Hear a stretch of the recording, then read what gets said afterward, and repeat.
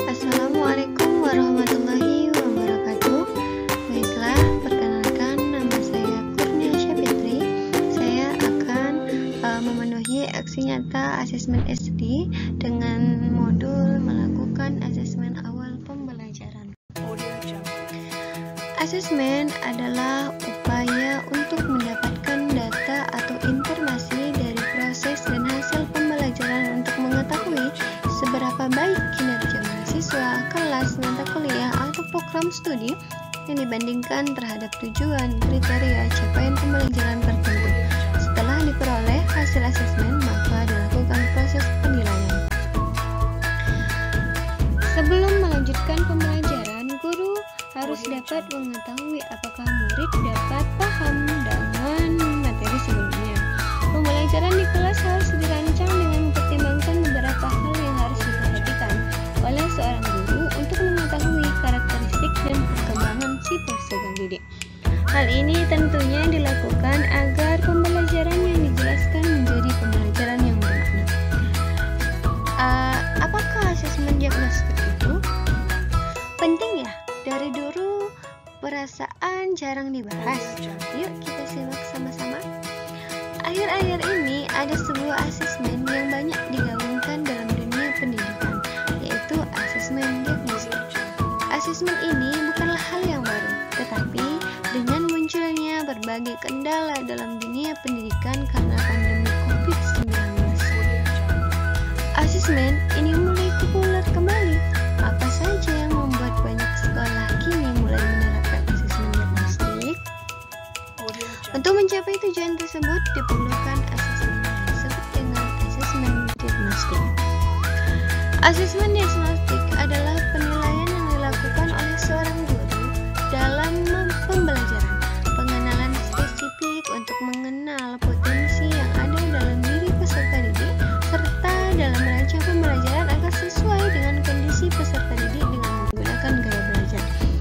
Di sini ada dua tujuan asesmen diagnostik, yang pertama secara kognitif dan yang kedua non-kognitif. Dan langkah-langkah asesmen diagnostik terbagi menjadi tiga. Yang pertama, tahapan pelaksanaan yang dilakukan sama dengan persiapan, kemudian pelaksanaan, dan tindak lanjut. Meskipun demikian, tetap ada hal yang membedakan mengingat tujuan yang ingin dicapai juga berbeda. Nah, ada beberapa langkah-langkah asesmen diagnostik. Yang pertama, persiapan. Dalam pengumpulan informasi mengenai tujuan belajar yang sesuai dengan KI dan KD yang telah dipilih untuk pembelajaran kita, tentunya kita harus membuat indikator penguasaan kompetensi. Kemudian menentukan teknik asesmen apa yang akan digunakan, mulai dari observasi, tanya jawab, kuis, penilaian diri, dan catatan anekdot. Yang kedua, pelaksanaan.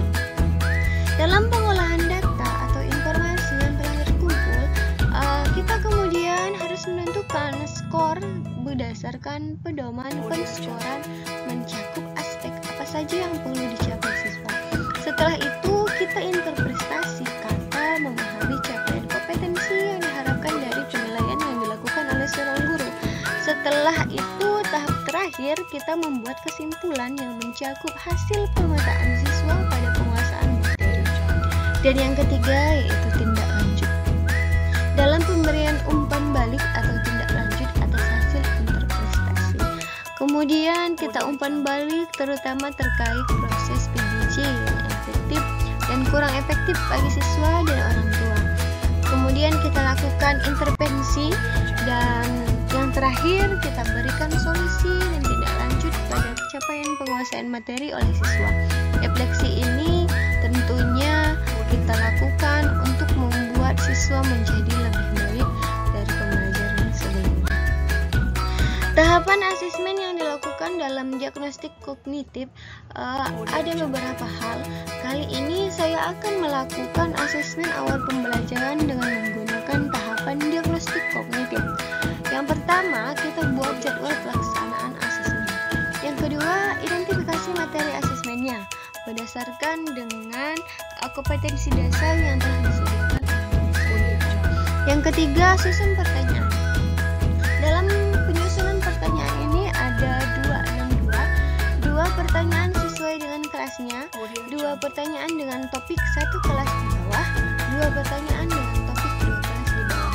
Ini harus disesuaikan dengan pertanyaan dengan topik yang menjadi prasyarat untuk bisa mengikuti pembelajaran di jenjang sekolah. Dan yang terakhir, lakukan asesmen untuk semua siswa di kelas. Ya, kita lakukan tindak lanjut. Setelah melakukan persiapan, pelaksanaan, selanjutnya kita lakukan tindak lanjut. Dalam pengolahan hasil asesmen, kita membutuhkan penilaian dengan kategori paham utuh, paham sebagian, dan tidak paham. Ini saya gunakan untuk pembuatan soal, nanti ada pecahan. Jadi ada beberapa anak itu yang akan menjawab dengan benar, kurang benar, dan tidak sama sekali. Dan yang kedua, kita akan menghitung rata-rata siapa saja anak yang menjawab paham utuh, siapa saja anak yang menjawab paham sebagian dan tidak paham. Kemudian siswa dibagi menjadi 3 kelompok. Kadang lebih cepat kita menggunakan per baris kalau misalnya mau membuat kelompok. Dan yang terakhir, kita lakukan penilaian pembelajaran topik yang sudah diajarkan. Ulangi proses diagnostik ini dengan melakukan asesmen kognitif. Ini adalah contoh soal perencanaan hingga tindak lanjut. Dalam contoh ini saya menggunakan contoh pembelajaran matematika dengan pecahan, pembandingan.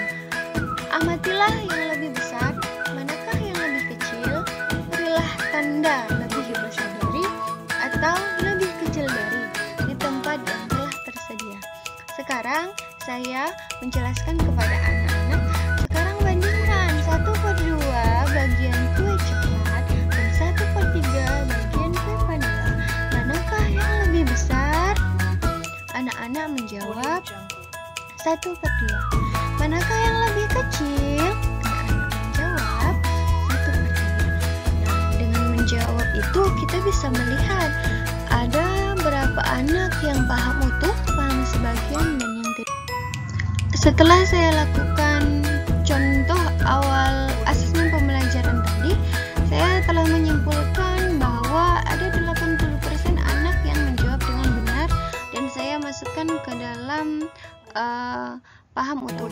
Dan selanjutnya ada 20% anak yang menjawab kurang benar, kurang tepat, dan saya masukkan pada paham sebagian. Dan ada 0% yang tidak paham.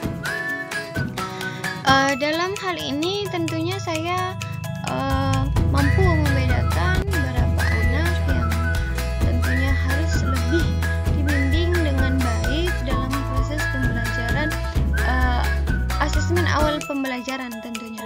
Dan tentunya akan menjadi tugas yang paling utama untuk seorang guru dalam melakukan asesmen awal pembelajaran sebelum memulai pembelajaran pada saat itu. Thank you for watching and bye-bye. Assalamualaikum warahmatullahi wabarakatuh.